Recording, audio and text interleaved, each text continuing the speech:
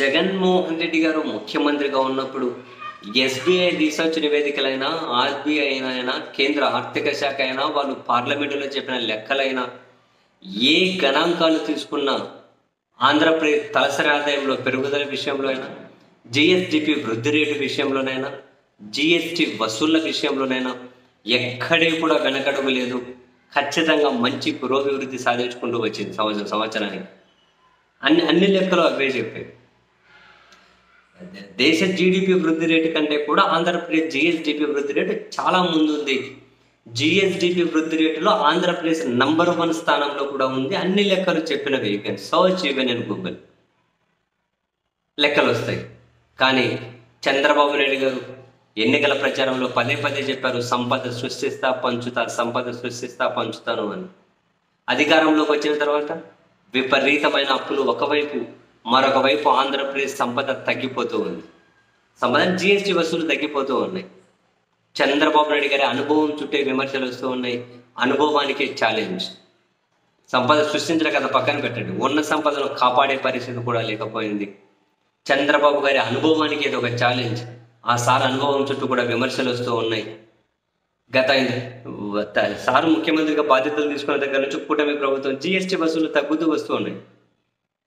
గత 3 నెలల పాటు కొంచెం తగ్గుతూ వచ్చినటువంటి జిఎస్టి వసూళ్లు నవంబర్లో ఏకంగా 10% మేర తగ్గిపోయాయి.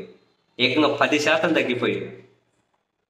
దక్షిణ భారతదేశంలో నెగటివ్ అంటే తగ్గిపోవడం, మిగిలిన రాష్ట్రాలు కాస్త కూస్తో పెరిగాయి, కానీ ఒక ఆంధ్రప్రదేశ్ మాత్రమే తగ్గిపోయింది. చూడండి, ఒక నవంబరే తీసుకోండి, కర్ణాటక 15% పెరిగింది, కేరళ 10% పెరిగింది, తమిళనాడు 8% పెరిగింది, తెలంగాణ 3% పెరిగింది, ఒక ఏపీనే 10% తగ్గిపోయింది. అవును, నిజం. కర్ణాటకలో జిఎస్టీ ఆదాయం నవంబర్లో 13,722 కోట్లు, 15% వృద్ధి ఉంది. తమిళనాడు 11,096 కోట్లు, 8% వృద్ధి ఉంది. తెలంగాణ 5,141 కోట్లు, 3% వృద్ధి ఉంది. ఆంధ్రప్రదేశ్ 3,699 కోట్లు, -10%. 10% నెగిటివ్, తగ్గిపోయింది.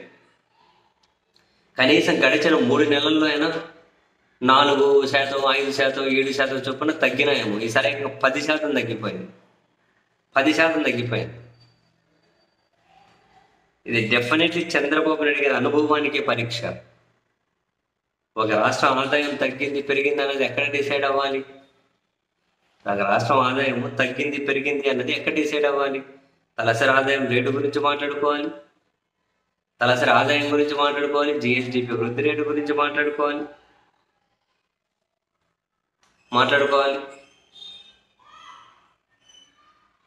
మరి ఇవి చూసినా కనుక ఈ స్థాయి జిఎస్టి వసూలు ఈ స్థాయిలో పడిపోతే ఎలా చూడాలి. మరి నెక్స్ట్ చంద్రబాబు నాయుడు గారు తన అనుభవాన్ని రంగరించి ఎంతవరకు